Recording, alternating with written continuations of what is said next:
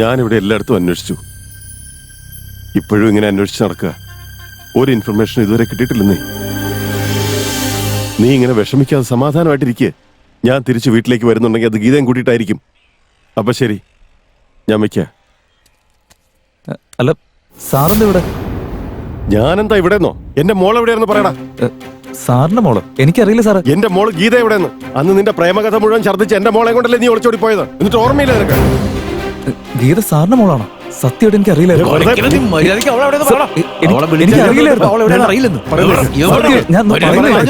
നീ സമാധാനിക്ക്, ഞാൻ സംസാരിക്കട്ടെ. നീ നിക്ക്. അറിയില്ല. എടാ മോനെ, എന്റെ മോൾ എവിടെയാണെന്നൊന്ന് പറ. സാർ അത് പിന്നെ നീ ആലോചിച്ചിരിക്കുന്നതാ. എന്റെ മോൾ എവിടെയാണെന്ന് പറ. സാറിനോട് എങ്ങനെ പറയേണ്ടതെന്ന് എനിക്ക് അറിയില്ല സാർ. അവർക്ക് എന്താണ് പറ്റിയേ? എന്റെ മോളെ നീ എന്താ ചെയ്തേ? അയ്യോ എന്റെ സാറ്, ഞാൻ സാറിന്റെ മോളെ ഒന്നും ചെയ്തിട്ടില്ല. എന്നാ പിന്നെ അവൾ എവിടെയാ ഉള്ളതെന്ന് വാ തുറന്നെന്ന് പറ.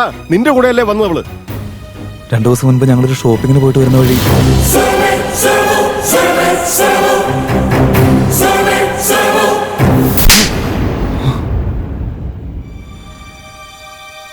ഇനി അടിക്കും സാറേ. സാറിന്റെ ഭാഗത്ത് ന്യായമുണ്ടല്ലോ. അടിച്ചോ? പ്രേമിച്ച ഉടനെ തന്നെ അവരുടെ വീട്ടുകാരറിയാതെ ഒളിച്ചോടി പോയിട്ട് കാര്യമില്ല. ആദ്യം അമ്മയെ പോലെ അവളുടെ മനസ്സെന്താണെന്ന് അറിയണം. അച്ഛനെ പോലെ അവൾക്ക് സംരക്ഷണം കൊടുക്കാൻ പറ്റണം. അല്ലാതെ ഇങ്ങനെ പെരുവഴിയിലാക്കിയിട്ട് വരരുത്. ഇത്ര നാളും നീ അവളുടെ കൂടെ ഉണ്ടല്ലോ എന്നുള്ള സമാധാനമായിരുന്നു എനിക്കുണ്ടായിരുന്നത്. ഇപ്പൊ നീയുമില്ല, ഞങ്ങളുമില്ല. അവൾ എവിടെ എന്ത് പറ്റിയെന്ന് പോലും അറിയാത്ത അവസ്ഥയാ. സാറിന് ടെൻഷൻ അടിക്കാതെ, അവൾക്കൊന്നും സംഭവിക്കില്ല. സാറ് പേടിക്കാതിരിക്കെ. പേടിക്കാതെ ഞങ്ങൾക്ക് എങ്ങനെയാണ് ജീവിക്കാൻ പറ്റുക? ആരെ ഒന്നും അറിയിക്കാതെ നിങ്ങൾ ധൃതി പിടിച്ച് ഒളിച്ചോടി പോന്നു. പക്ഷെ നാട്ടുകാരെന്തൊക്കെയാ പറഞ്ഞുണ്ടാക്കാൻ നിങ്ങൾക്ക് അറിയോ?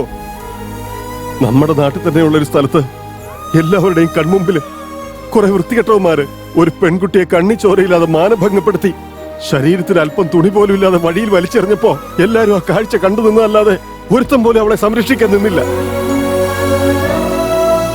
നമ്മുടെ നാട്ടിൽ ജാതി മതം ഒരുപാടുണ്ടെങ്കിലും ആണുങ്ങളെല്ലാം ഒരേ ജാതിയാടാ. എപ്പോഴെങ്കിലും തനിച്ചൊരു പെൺകുട്ടിയെ കിട്ടിയാ അവളെ പിന്തുടർന്ന് ഉപദ്രവിച്ച് വിശപ്പങ്ങ് തീർക്കുമല്ലോ. അതുകൊണ്ടാണ് രാത്രിയിൽ കാട്ടിക്കൂടെ പോലും പെൺകുട്ടികൾക്ക് പോകാൻ പറ്റുന്ന ഈ കാലഘട്ടത്തില് നാട്ടില് മനുഷ്യന്മാരുടെ നടുവിലൂടെ പോകാൻ അവർ പേടിക്കുന്നത്. അതെന്തുകൊണ്ടാന്ന് ആലോചിച്ചിട്ടുണ്ടോ? മൃഗങ്ങളെക്കാൾ ക്രൂരന്മാരാടാ മനുഷ്യന്മാര്. കൂടെ ആരുമില്ലാതെ ഒരു പെൺകുട്ടി തനിച്ച് നടന്നാ മതി. അവളെ പിച്ചി ചീന്താൻ കഴുകൻ കണ്ണുകൾ ഒരുപാടുണ്ടാവും.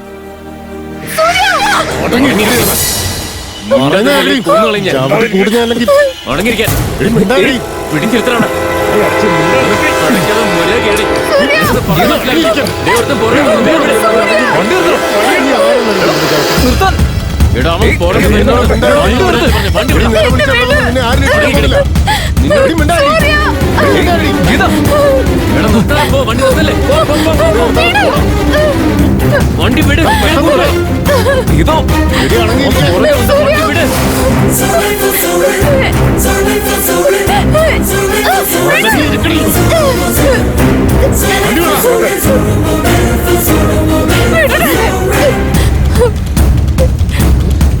ഇതാ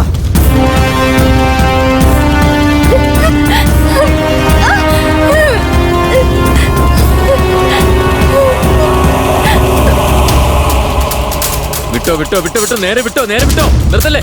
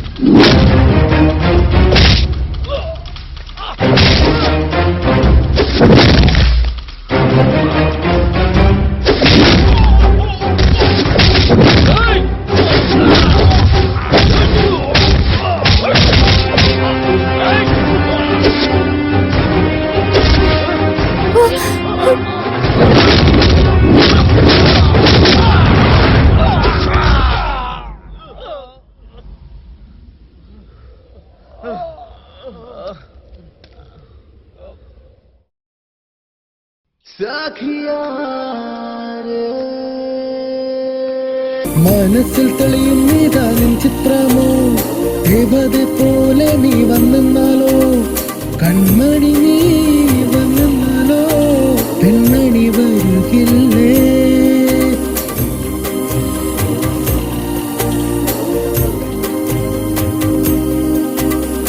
oh, oh, oh, oh.